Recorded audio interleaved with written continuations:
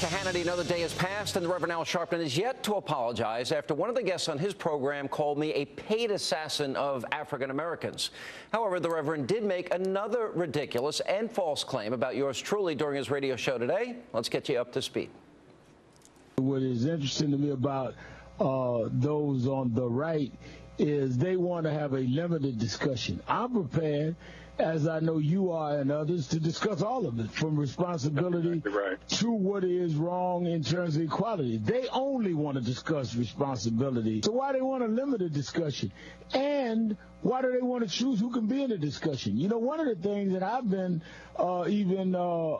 criticized for, I've had Bill O'Reilly, Sean Hannity, all of them to National Action Network convention. They all of a sudden don't want to talk to certain of us. We're hucksters. Well, why do they come to hucksters conventions and deal with hucksters affairs? I mean, it's so ludicrous that they want to decide, we'll decide what we're going to talk about, we'll decide who's in the discussion, but you guys are being divisive. You know, it's so clear and apparent that they don't really want to have a true and honest discussion. Reverend, I went there, I discussed with you, debated you, and here I am today.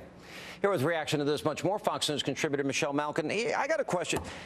You think Al Sharpton's ever created a job with all this activism? Has he prevented a life from being taken with all this activism? Has he united anybody? Has he solved any problems among any groups over the years that you know of, Michelle?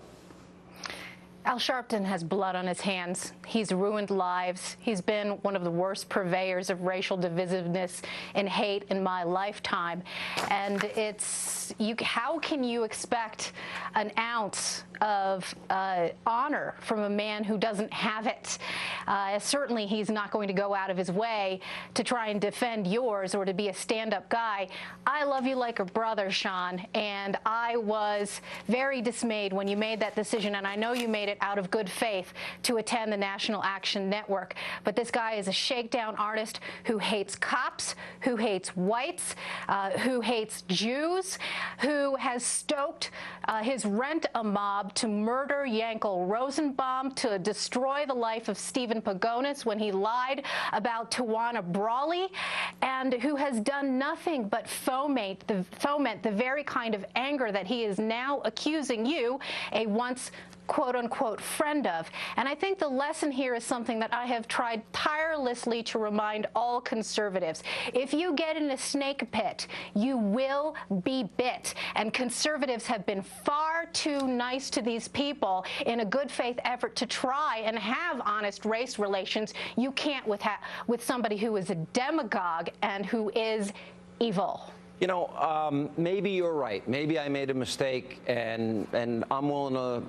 But I've got to tell you, especially the first debate, and we aired it here on Fox, I confronted him with all his comments about, you know, for a Jewish man to pin his yarmulke on backwards, and the white interloper comment that he made at Freddy's at 125th Street, which resulted in deaths. Yes. And you know what? I'm going to say to him, if this is a battle he wants to fight every day, I'm going to remind everybody, not of one isolated incident, but of a history of vitriol out of his mouth. For example.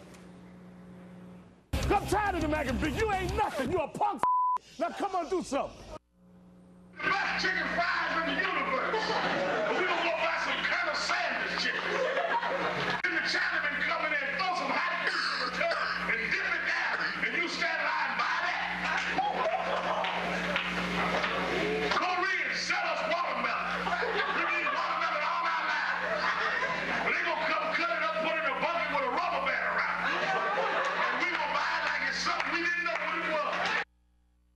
Folks was in the cave when we had built empires. We learned to admire them, but they knew to admire us. We built pyramids before Donald Trump ever knew what architecture was. We taught philosophy and astrology and mathematics before Socrates and them Greek ever got around. David, yes.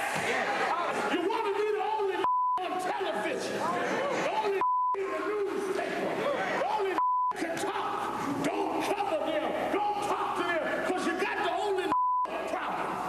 Because you know if a black man stood up next to you, you really are. If it wasn't so sad and incendiary, it would almost be like a Saturday Night Live skit. It's so over the top.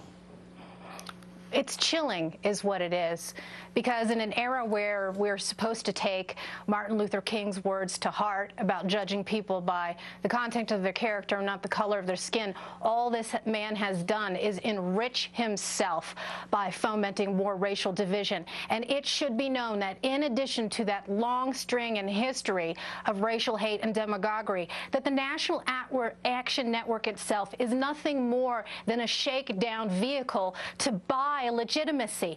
And you have the fact that everyone from President George Bush to Newt Gingrich to Al Gore to every Democratic presidential candidate in the 2008 election and preceding it has kissed the ring of this race charlatan. And now he has reinvented himself. He thinks he can lose weight, put pancake makeup on, and all of a sudden he's respectable. You do that, Sean, and you remind people every day of where this man came from and warn people not to make the mistake of being an enabler of Al Sharpton, but be a disabler of his demagoguery. Just so you know, I've tried Michelle, to do it as much as often over the last 20 years, and I know you have too, Sean. I brought those tapes with me when I debated him. I had those loaded up and ready to go, and I confronted him on each and every one of those issues, which I don't know if anyone else has done that. And we've got the tape. We can go back to that one day. What do you make of the fact that NBC News, Tom Brokaw, Matt Lauer, the $25 million man, Brian Williams, he is now a host on their news channel? What do you make of that? That's right, and that's where this debate needs to shift now. As I have said, and so many of our friends have said in the conservative media watchdog world, Newsbusters and Media Research Council have been great watchdogs of this demagogue. It is up to corporate media, the people who are always paying lip service to diversity and tolerance, to finally hold themselves accountable for their own enabling. And if they won't do it, then viewers and people of good faith who believe in honest race relations have to do it. Call them to the carpet. Take action. You're not going to get an apology, but this is a moment, a turning point to make this man responsible. All right, Michelle Malkin, thanks so much for being with us.